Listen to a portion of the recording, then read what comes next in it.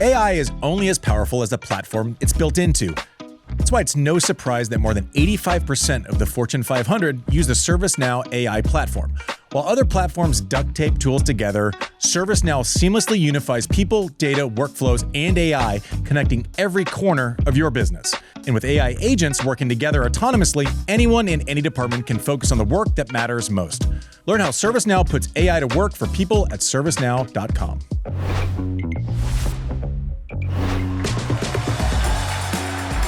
Hey everyone, welcome to Quick Serve, brought to you by ServiceNow. Please subscribe. We are not in the studio. No, we're in a beautiful hotel room. This is a nice hotel room. I really, really like it. We are here tonight because Rafa's documentary, its US premiere is tonight.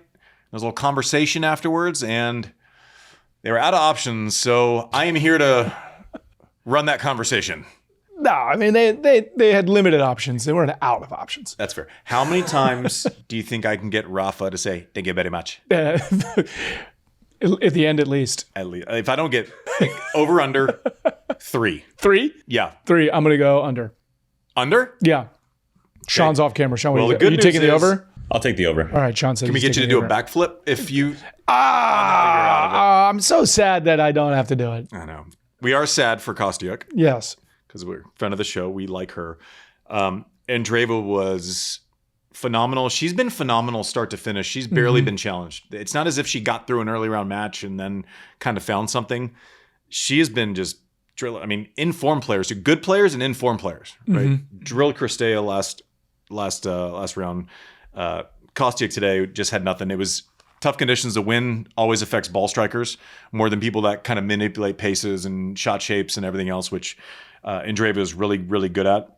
Kostyuk was even, you could see her motioning to her box, like the ball's can't really find it. She was talking about it being up too high and it was kicking too high and she just couldn't get on top of it. And when you rely on like puring the ball through the court, and there's wind and variance to where you're having to make last minute adjustments, similar to Sabalenka, the last 2 years at Roland Garros, the same thing happens, and it looked gross out there. But Andreeva has so much variety. She's able to adjust, and she's so young.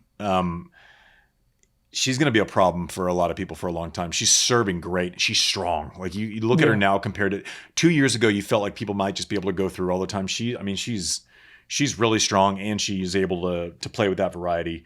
I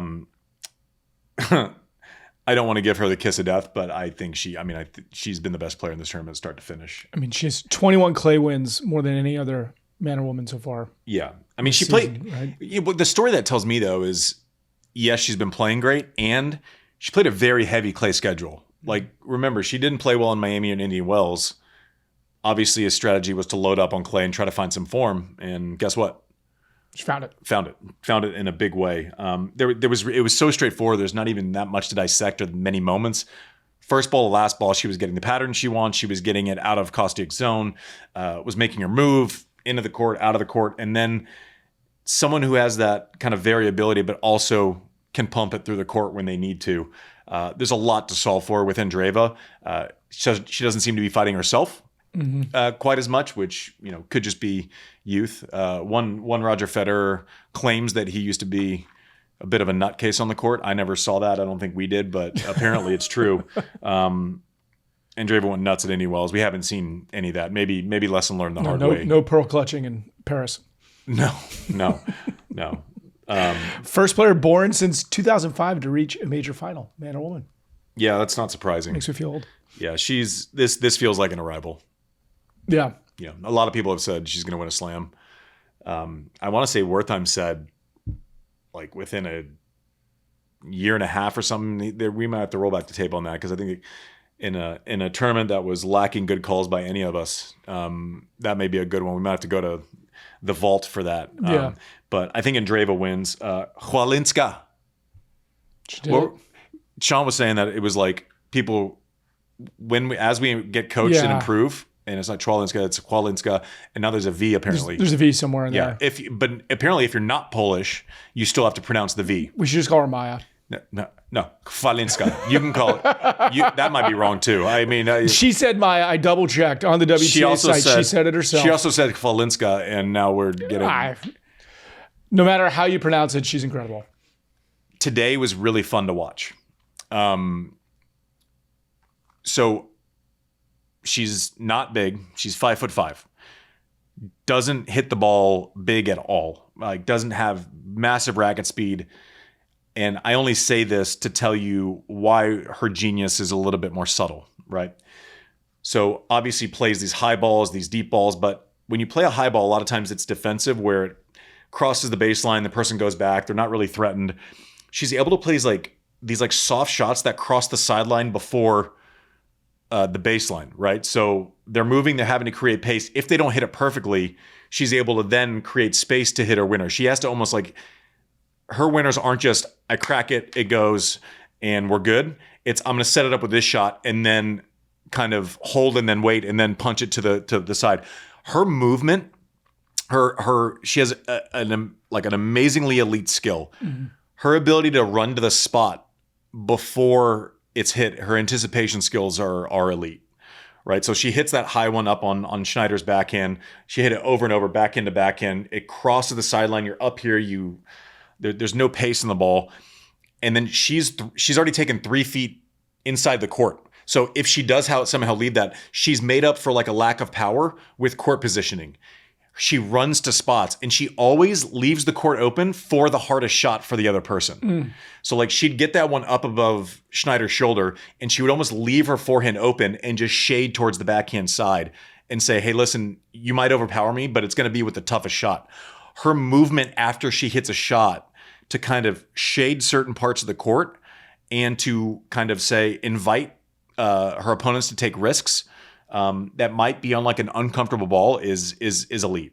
Her running to the spot, even on defense, she always runs to the spot that is the easiest shot for the other person to hit to, right? And it's not an accident. Her ability to move between shots and kind of set the table and pacing and patterns between shots was really fun to watch today. It's the first one I've watched of hers because obviously all the matches have been going on start to finish, watch the entire thing. And some people at home might be going, well, she doesn't hit it hard, just blast through it. It's not that easy. She kind of makes it very uncomfortable all the time. Also, for someone who's never been close to this situation, mm-hmm. Not a lot of panic to the box. There's not a lot of big gesturing between points. It's focus, focus, focus, focus, focus. And then when she wins in that second set, the emotion just fell out of her. But 114 in the world to a Grand Slam final.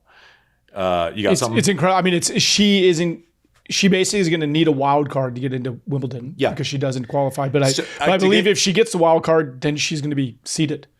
Yeah. So the way it works, people are going, well, if she's ranked 30, why is she not, or 20, whatever it is, 20 something. The acceptance list for slams and other tournaments is 6 weeks out. Right. So we're inside of the 6 weeks before Wimbledon starts. So they have to people have to be able to plan a little bit with what tournaments they're playing and whatever. So it is 6 weeks out. So through Roland Garros next year, she'll have these points, but then, so she'll be in Wimbledon next year already. Mm-hmm. So it's not as if she's gaining it, even if she loses first round next year and goes back to 120 in the world, she'll still be in Wimbledon. So you miss it on one side, get it on one side. That conversation for Wimbledon is a tough one though. Serena decides to play, that's a wild card gone. How many are you willing to give to? They gave one to Kvitova mm-hmm. as a past champion last year.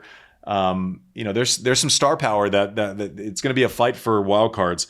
I could see them not doing it if she doesn't win. If she wins the tournament, it's a different story. Yeah, but I don't know. Boisson. What if it goes to an epic 3-set tiebreak finish? Didn't we see it last year? Boisson did not get a wild card. But I'm saying Boisson didn't make the finals. She made the semis. That's true. When to be fair, when Chwalińska put her wildcard request in, it was before today. They said she had already put it in. So true. Boisson didn't get it last year with her run to the semis. Who knows what will happen? If you're 25 in the world, are you deserving? Yes, but she's not getting screwed out of a position if they don't give it to her. Mm-hmm. I'm just telling that's just not the way it works. And they would be taking a wild card away from a British player potentially, or taking a wild card away from the ability to trade one. Mm-hmm. So if there's a British prospect, Draper's not directly entered into the U.S. Open right now. So they want their guy Draper, and obviously the genders don't make. I'm just saying it for it as an example. If there's a Draper-like person who they want to guarantee entry into the U.S. Open, they would reach out to the USTA, trade a wild card, and then Draper's in. Yeah, there's a lot of moving parts. It's not as simple as like she should get one for sure. Yeah, it'd be a great story. What do I give a shit? I'm a fan. I think she's awesome. I hope she gets it, and she ain't getting one over Serena. No, if Serena decides to play, if Venus has won that tournament 5 times. Folks, I'm just saying there's going to be a lot of attention for those wild cards. But I had so much fun watching the cat and mouse today. She just played so smart. I thought she was incredibly calm and composed. Mm-hmm. Like when she wins a big point, it wasn't as if she was going crazy and looking for support and bringing it. Like she was just business. Like, this is my shot. I'm going to take it. Shnaider had a great run. All class. It looked like she may have been dealing with a bit of a back situation. Yeah. It didn't look like it was like I'm not worried for her to play her next tournament. Looked like a soreness issue, so hopefully that's okay. Mm-hmm. But I mean, Chwalińska is just.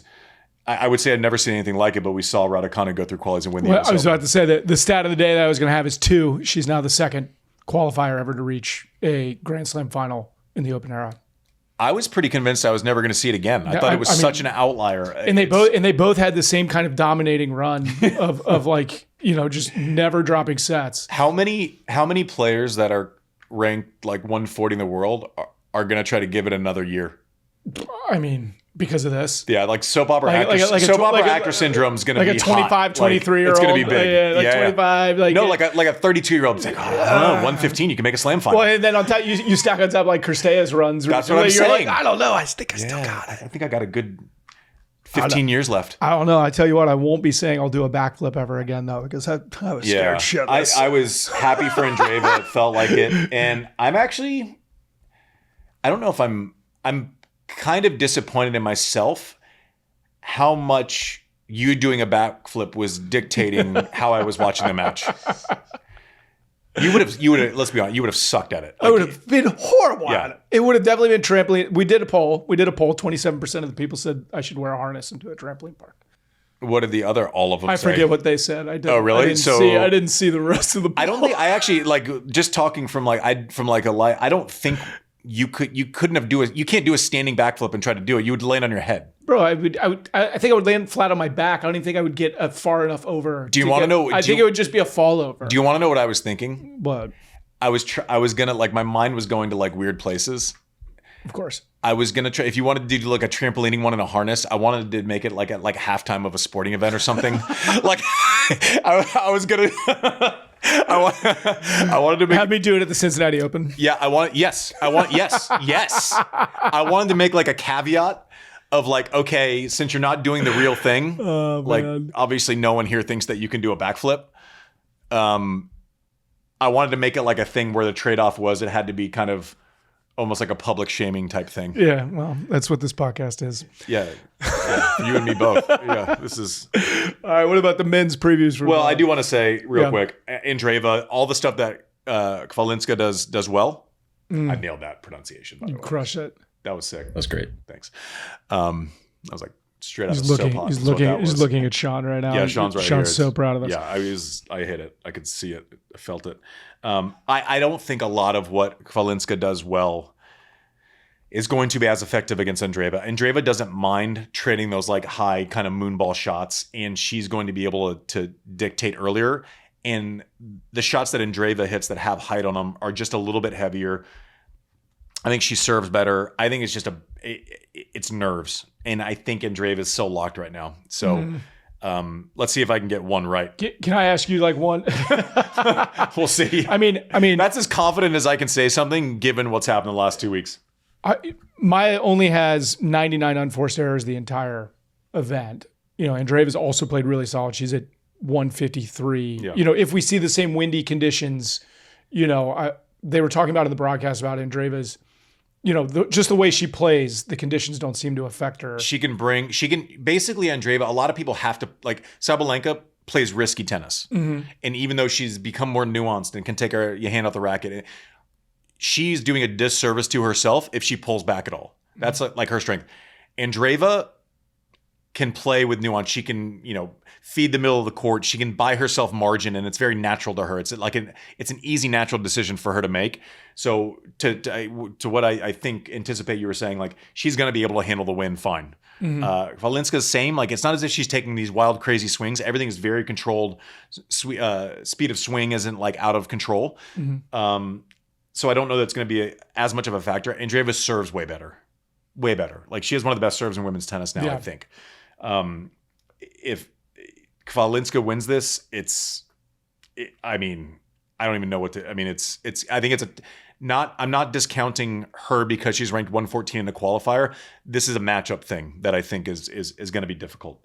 I say, knowing that. I mean, I don't know. Like, we say that we messed up the draws, but I had an Italian and a Polish person in the final. Yeah. I had an Italian versus Zverev in the men's final. Yeah. Alive. And I just missed Andreeva. Yeah. I had a Polish woman in the final. I mean, yeah, let's go with that. Okay. On the men's side, talked about it a little bit yesterday. I like Cobolli. I just feel like he's going to be able to. Arnaldi's going to have to cover a lot of ground to keep it away from that forehand. Cobolli, again, Arnaldi was very good at kind of stepping into that back end, taking away time and rushing. I think Cobolli's going to be able to get as many forehands as he wants. I don't know how I'm so curious how Arnaldi comes out and protects that outside return. I really, the first 2 or 3 games, that's what I'm going to be looking for. And if there's an adjustment, how long he sticks with it. I think Cobolli is going to get enough looks at returns. I think he's going to get enough looks at forehands. I like him there. I mean, Zverev's the safest pick. I like him if he gets to this match. Menchik has been unbelievable. Yeah. It's going to be how well he returns a big serve. Like, he returned against Fonseca as well as I've ever seen him return. He was fantastic. It was not even like he was like net neutral. The way that Menchik returned against Fonseca was fantastic. Fonseca wasn't serving 140 a day. He was rolling a lot of serves in at 150, 160 Ks, 110, 112. We know Zverev can firm up returns from deep. He's going to be able to lay that backhand hard, firm, flat. Can Menchik take that forehand off of that penetrating ball and dictate like he was against Fonseca? Fonseca hits a big ball, but it gets a little bit more elevated, right? So maybe he likes it up there. Zverev's going to stress test that very early. Curious to see how Menchik gets to his forehand. Is he going to do the same thing where he's switching directions as often as he was against Fonseca? And can he do that off of that long, hard, and flat ball of Zverev? That's going to be very interesting to me in this matchup early. And, if Menchik is all of a sudden sticks the first 3 or 4 line and is able to get Zverev extended, then it changes the dynamic. I still like Zverev just, because he's the only pick I had. That's still alive. I mean, it looks like it's only going to be in the mid 60s. It says wind gusts will be up around 10 miles an hour. That's nothing, by the way. That's what I'm asking. It's like this shouldn't be, and also that people are going to be like, well, they've played so much. Arnaldi having that walkover, having a full day off, should be close to good. Yeah, should be close to having a full tank. Cobolli has a full tank. Everyone's like, Menchik has played 17 plus hours. 2 days off. 1 day off is not enough. 2 days off is almost an eternity with like a fine-tuned athlete. So I actually don't think for as much of the storyline on the men's side especially has been about exhaustion, physicality, going the distance, recovery. I don't think it's a factor in these events. I think everyone should be generally well rested. Now, mentally, I don't know. A lot of people thinking about a lot of big plans, right? So that is a little bit different. I saw Zverev in the press. He was like, the pressure is fine. Like, I'm not really even thinking about it. I'm like, It's just crazy to think. I like him. He's always honest when we talk. And of all these guys, right? It's like 48 hours from forever. Like it's career defining for all of them. That's a good way to put it. It's a pretty interesting stance, and there's a lot more time for Menchik to get back to this space than others. Zverev doesn't want the matchup against Sinner. I mean, it hasn't been great to him. He wants that one like I wanted the one against Roger. Like, I would have rather played someone else. Yeah. people are like, well, you wouldn't have wanted to beat him in a final? I'm like, I would have loved to have beaten him in a final. I would have liked to have taken a 60% or 70% better chance to do it. Like, I don't discriminate against wins. Sorry. Anyways, it'd be fun to see Rafa tonight. I don't know that I've seen him in person since our interview when we sat down. No. He's been so nice to serve. So I'm so excited to go there and do this conversation. I've watched the first episode and a half and it's pretty amazing. Yeah. Like, it was very well directed, very well produced. I love the bouncing back and forth in time. I think. Yeah. What they did with it's really good. What they did with like it wasn't just a run up of the year and a half to the Roland Garros. The way they intermixed his history with his current moment and juxtaposed those things in different ages. And I thought it was really smart. I thought it was a really smart way to do it. I've enjoyed it. Hard for me to watch because it takes you back to a place of like, this stress and this thing that's always there and this struggle. And it's like, Brooke was watching. She's like, man, this takes me back to a weird place with you. Oh, wow. Yeah. Like perspective you never think about. She's like, your anxiety, your like how you were when you were on tour versus now. And she's like, she goes, I love Rafa. I've always loved it, but this is like a weird watch. There's a scene that got me where Rafa comes off the court in Brisbane in 2024. It's in the first episode. Yeah. And it's, he's talking about battling another injury, and is FaceTiming his mom. And he sounded like a 12-year-old boy speaking to his mom, not knowing how serious an injury is. Yeah. And she sounds like a mom of like a child, forever their child. Yeah. I don't know. It was a really emotional little couple minutes. It's also amazing. I think it's just so well done. It's also amazing to get like the view in, because I'm someone who wishes I had 10% of his career, right? I'm someone who's going there and he's so distraught from not being able to play Brisbane. Yes. And I'm going, my first reaction is, motherfucker, you won 22 slam. Like, you won 14 times at Roland Garros. Like, it's fine. He said like his world was crumbling or something. But then I go, that's why he is what that's the whole thing. Yeah. Right. Like that, the perspective, he was so good at like the moment and giving the moment respect. And I'm in my present, and at present, I don't feel great. And it's just the way he played. It's like, I hit a great shot. I have my thing. I might go vamos lawnmower, right? Move. And then next point, then it's present again. Like, he's so good at being present. And so then I was like, oh man. So I'm doing this like analyzation of, or this analysis of watching him kind of consume bad news, even with everything he had done in his career. And it's like, this guy just cares and he just lives for that next thing. I'm not interested in 2006. I'm not interested in winning Wimbledon in 2008. I appreciate those moments. The amount of gratitude he shows for accomplishment is ever present. But then I'm going, I'm going, oh man, you're complaining. I wish I would have, making it about fucking my failures. And then I'm going, no, that's why he is Rafa. Like, that's the whole, you're missing the whole thing. Like, anyways, I'm excited to see him tonight. Should be fun. What else, Mike? That's it. That's all we got. This has been Quick Serve, brought to you by ServiceNow from a hotel room. AI is only as powerful as the platform it's built on. With the ServiceNow AI platform, your AI, data, and workflows all work together, connecting every corner of your business. To see how you can put AI to work for people, visit servicenow.com/AI-agents.